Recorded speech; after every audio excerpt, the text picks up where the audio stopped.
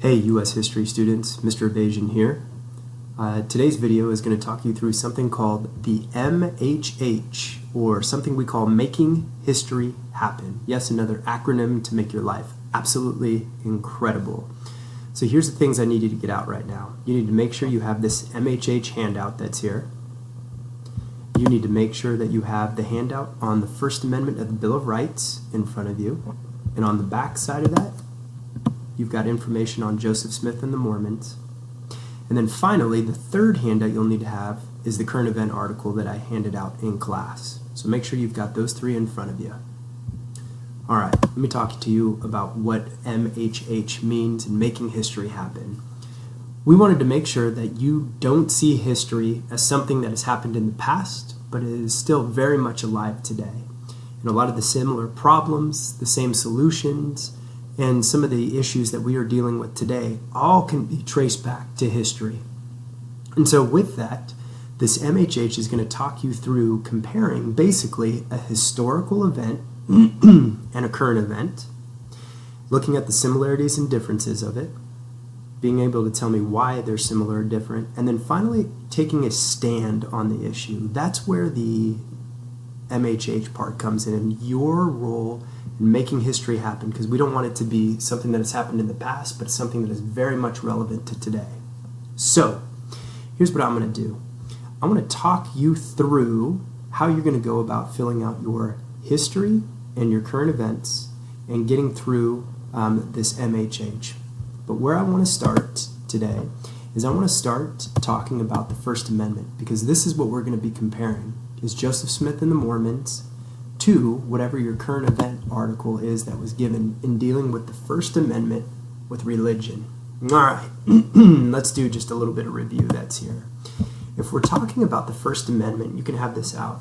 I want to read it all to you. It says, Congress shall make no law respecting an establishment of religion, or prohibiting the free exercise thereof, or abridging the freedom of speech, press, the right to peacefully assemble. Now, we know from Voltaire and our Enlightenment thinkers that the First Amendment was created as part of that Enlightenment ideals. But what we really want to break down from the First Amendment of the Bill of Rights is the Free Exercise Clause that's accompanied with the Establishment Clause.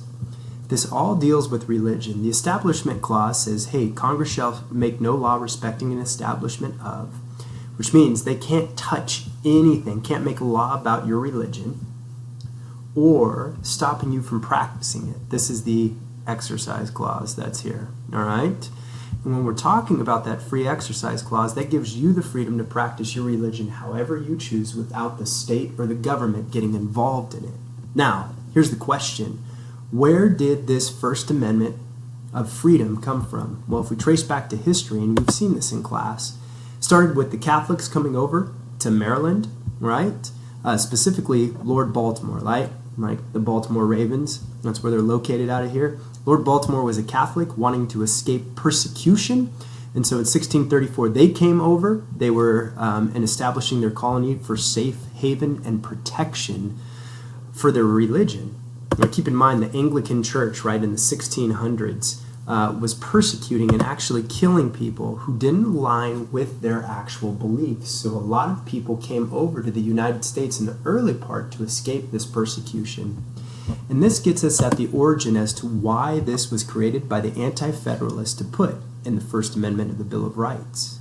It was all because of protecting religious persecution and making sure the government, by the rich or the more powerful, didn't control religion, but gave people a chance to practice it freely without fear of death, basically. Okay. All right, Evasion, I get the idea of the First Amendment that's here. Well, what's the history category I'm going to be covering then with this MHH? Well, it is going to start with something called the Second Great Awakening.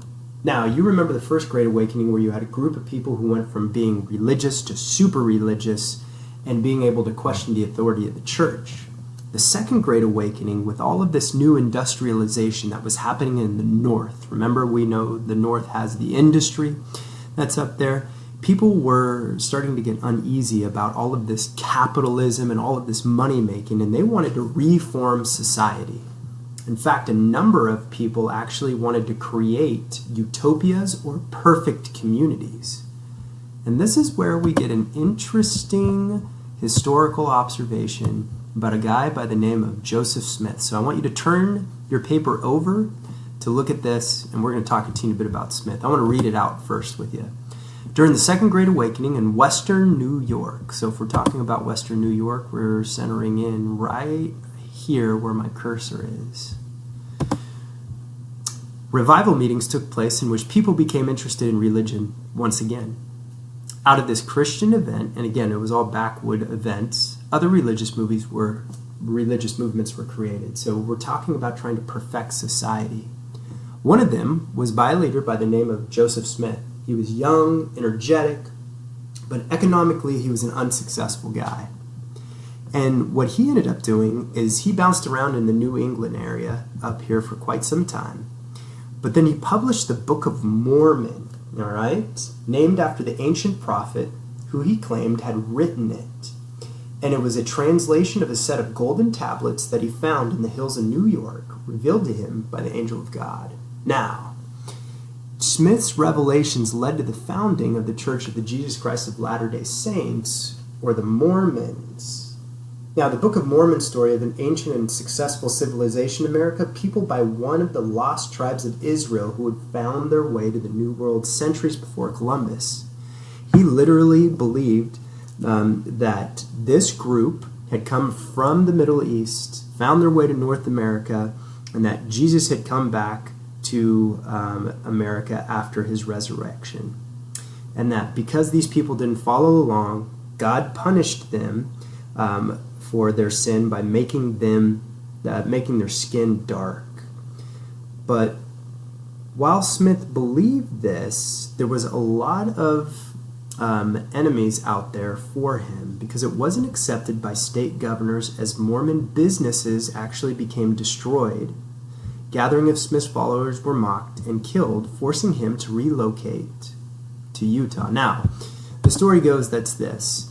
As he bounces from spot to spot, and you can see his traveling along the way, he actually gets arrested in Illinois.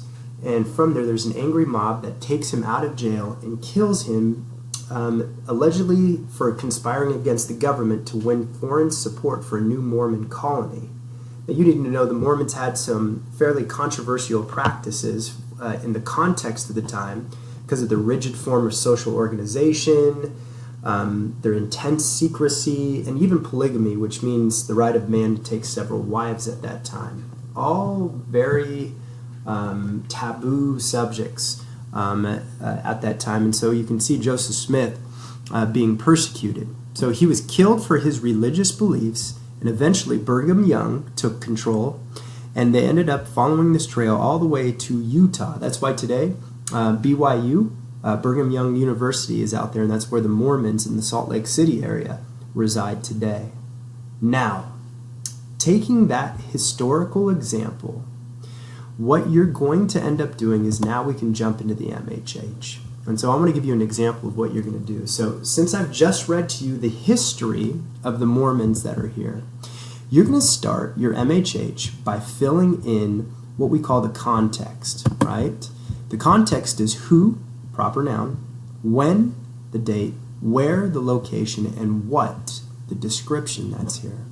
So you're going to take the reading that I just went through with Joseph Smith, and you're going to take this information and plug it in with very simple bullet points here to the history part. Now, the other reading I gave you is the current event, and you're going to plug in that information here, the who, when, where, what. Okay? Now, it's just about the context of what's going on. I want to give you an example of this that I think might help. All right? And this is just an example outside of the First Amendment with religion.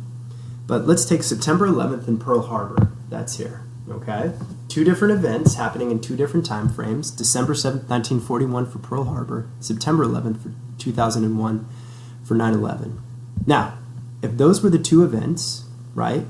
History, like the Mormons, and September 11th, like the current event that I gave you, you're going to fill in your triangles just with very simple information. See how I've listed the history side? Who, I've got the proper noun, the date, as specific as I can make it. Where? Well, Pearl Harbor happened in Hawaii, whereas the 9/11 attack was the Pentagon and the World Trade Center. And then a very small description of what it was, right? Al-Qaeda attacks, hijacking airplanes, using weapons of mass, using them as weapons on American civilians, while the Japanese surprise attacked to start World War II, right? Very simple context information. Okay, once you've done that, then you can go down to the next step, which is the reasons for similarities and differences. So once you've got that for the current event in history, here's what you're going to do. You're going to list 2 key differences for each, so bullet points with the differences that each event has. And in the middle, you're going to list 2 bullet points for the similarities. So it's a Venn diagram comparing and contrasting. Now, in this case, since I have 9/11 and I have Pearl Harbor attacked military personnel. That was different, whereas 9/11 attacked innocent civilians in the World Trade Center, right? Military, innocent. Weapons of choice were bombers and warplanes, where commercial airplanes were used here. But then look at the 2 things that I felt like they shared: attack on U.S. soil and motives fueled by the U.S. decisions.